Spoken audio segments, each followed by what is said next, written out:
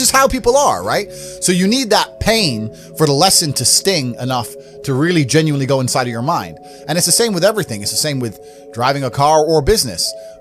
Truthfully, if you want to learn a lesson about business, you're going to have to suffer at some point, right? So we always say that most people are not successful with their first companies, X, Y, Z, blah, blah, blah. I get that. The truth is there's a lot of people who make a lot of money with their first company, but they just spunk it, act an idiot, and it all blows up in their face. And that's how you get the discipline on your fourth company, that when you have 3 million in the bank, you just leave it there.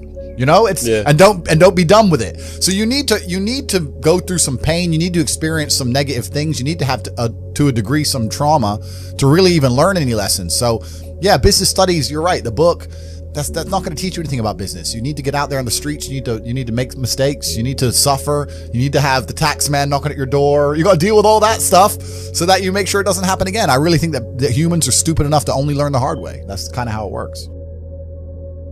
The saying, if you know what you have, you ain't got much, that is completely true. Yeah. I don't have a clue how much money I have. When I was broke, I knew exactly how much money I had. I had 117 pound in the NatWest, and that was it. I'm poor, rent's paid, I ain't got nothing else. When I was broke, I knew exactly how much I had. But now I'm at a point where it gets really difficult to truly measure how much money I have, because you have cash. Okay, that's easy.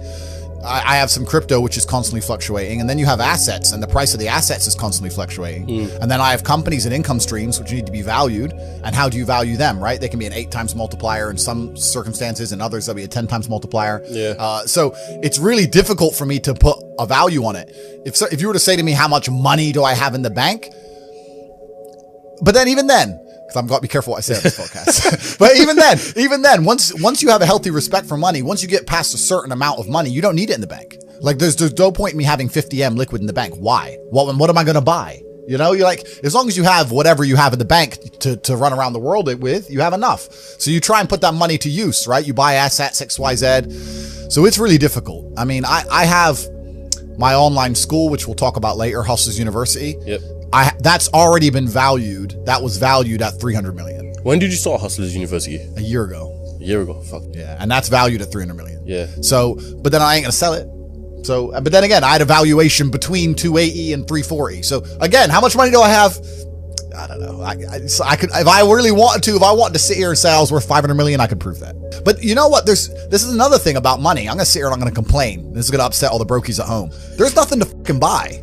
Like you buy 3 or 4 diamond watches, you buy a couple suits, you buy some cars. What else is there to buy? You end up just spunking it on bottle shows and $10,000 steaks. There's nothing to buy. You can go on a holiday and travel, blah, blah, blah.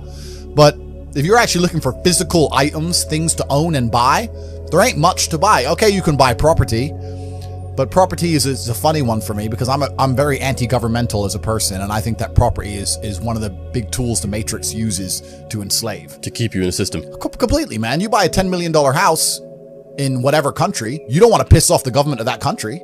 Yeah, but because you'll lose that house. There's a lot of people who talk about passive income, and we'll talk about passive income because I think that's the biggest scam on the planet. The idea of passive income in and of itself is a lie. Tell me how you're going to get it, because having tenants is not passive income. Ask anybody who has tenants. It's fucking headache, right? Yeah. If I have a house XYZ, I got to make sure it's looked after, not broken into, the electricity's on, it's cleaned. I got to get someone on the ground. My assistant's got to deal with it. Now it's just got to be something to deal with. And once I got a bunch of money, what I really wanted more than anything was freedom. There's a bunch of these real high-level crypto guys, you know, like the guys who invented Ethereum and all that, the autistic guys. They don't own anything. And I kind of get that. I'm at the point now where they have a backpack of their possessions, and if they want a house, they rent it. They want a Lambo, they rent it. If I need to go somewhere, rent. I don't own anything. I don't have any hassle. Nothing's in my name. No government can take anything from me. You know, you get to a point of wealth where you kind of start thinking, do I want to have all this crap now I got to deal with? Really, you want peace of mind. And I have enough troubles in my head. I don't need to be worried about my mansion in Santa Monica, which has been broken into. And I don't even go there. Do you know what I mean? It's just long. So that's that. And then also what I was saying earlier about property being a tool to the Matrix. If you buy a $10 or $20 million property under a government, you can't piss that government off. You can't disagree with that government. You can't, if the tax authority of that government says you owe them money, you better pay it. Or you're going to lose a house, right? Yeah. If they say you better take an injection in your arm for the good of society, you better take your vaccine. You better put your mask on. You can't even get a parking ticket, my G. Listen, if I'm in England right now, I don't own any assets in England, right? and I pull up in the DBS. Have you ever seen James Bond look for parking? Me neither. No, fuck no. He parks up and gets out. That's what I do. Park up, boom, get out. I don't look for parking. They put a ticket on the DBS. Let's say I decide not to pay that, right? What are they going to do? I don't have any assets in the UK. They're going to make a bunch of letters, send it to a bailiff. Bailiff's going to drive around the UK. I don't even live here. Boom, it's over, right? If I had a 20 million pound house, eventually it's going to go, the 60 pound becomes 120, 120 becomes 240. Yeah, bailiff comes, 2 grand, 3 grand, boom, boom, boom. Gets to the point where they're going to take my 20 million pound house off me. Maybe it takes 3 years, but they will, over a parking ticket. So by buying that property, you're now giving you're giving the government a way to hurt you. You're giving them a leverage over you. And I'm at the point of wealth now. I have enough hidden money where I don't want any government to have any leverage over me. I want a government to say, Andrew, we don't like you. And me say, get safe. All right, I won't come then. Bye.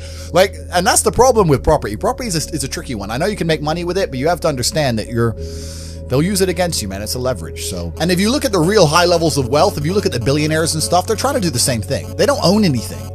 They have a share in a company which owns a shell company in the Cayman Islands, which owns this subsidiary of a company in Dubai, which owns a boat that they can use. Yep. It's that Aikido. It's the same thing. Get out of the matrix. That's what everyone's trying to do. Once you have a jet, you can time travel. So you're time traveling all the time. A shell company owns a subsidiary to a company which owns a jet, which I can borrow. I don't own anything. Hello, everyone on YouTube. I am broke. I'm a brokey. I don't own anything. You can't take nothing from me, HMRC. I don't have anything. I'm poor. The good old days. Yeah. Some of the best days of my life were brokey days. Bro. You think, yeah? Yeah, man, I miss the brokey days. Why? Because when you have limitations, money makes it fun though. Money does make life fun, but when you have limitations, you're better at living in the moment and you're better at appreciating things. So what happens is now at my point, right?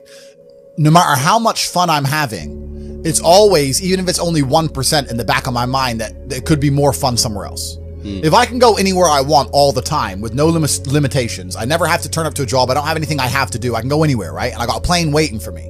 If I'm in Marbella in the middle of a party, no matter how good that party is, how much fun I'm having, whatever girls I'm with, whatever, and my boy texts me from Mykonos saying it's going off in Mykonos. Part of me is thinking, should I just...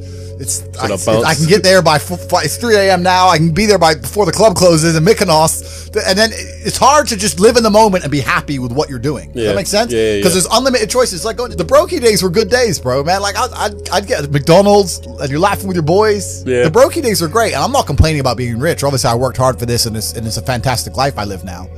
But I think without those brokey days, without those original days to compare it to, without that juxtaposition, then I don't think being rich would be fun at all. I think it's only fun because you can compare it to the days when you weren't rich. That's the only thing that makes it fun. The only thing that makes a $10,000 steak fun is that you can laugh saying how you never had 10 grand in your bank till you were 27 years old. Yeah. Like otherwise it's boring. Otherwise okay, steak. And I think if you're born with too much money, that you'll never truly be happy. I think you need the brokey days. They're the best days. It's not the destination, it's the journey. And humans, we all work in regards to, it's even the way the human body works, right? If you're driving at 200 miles an hour, you don't feel it.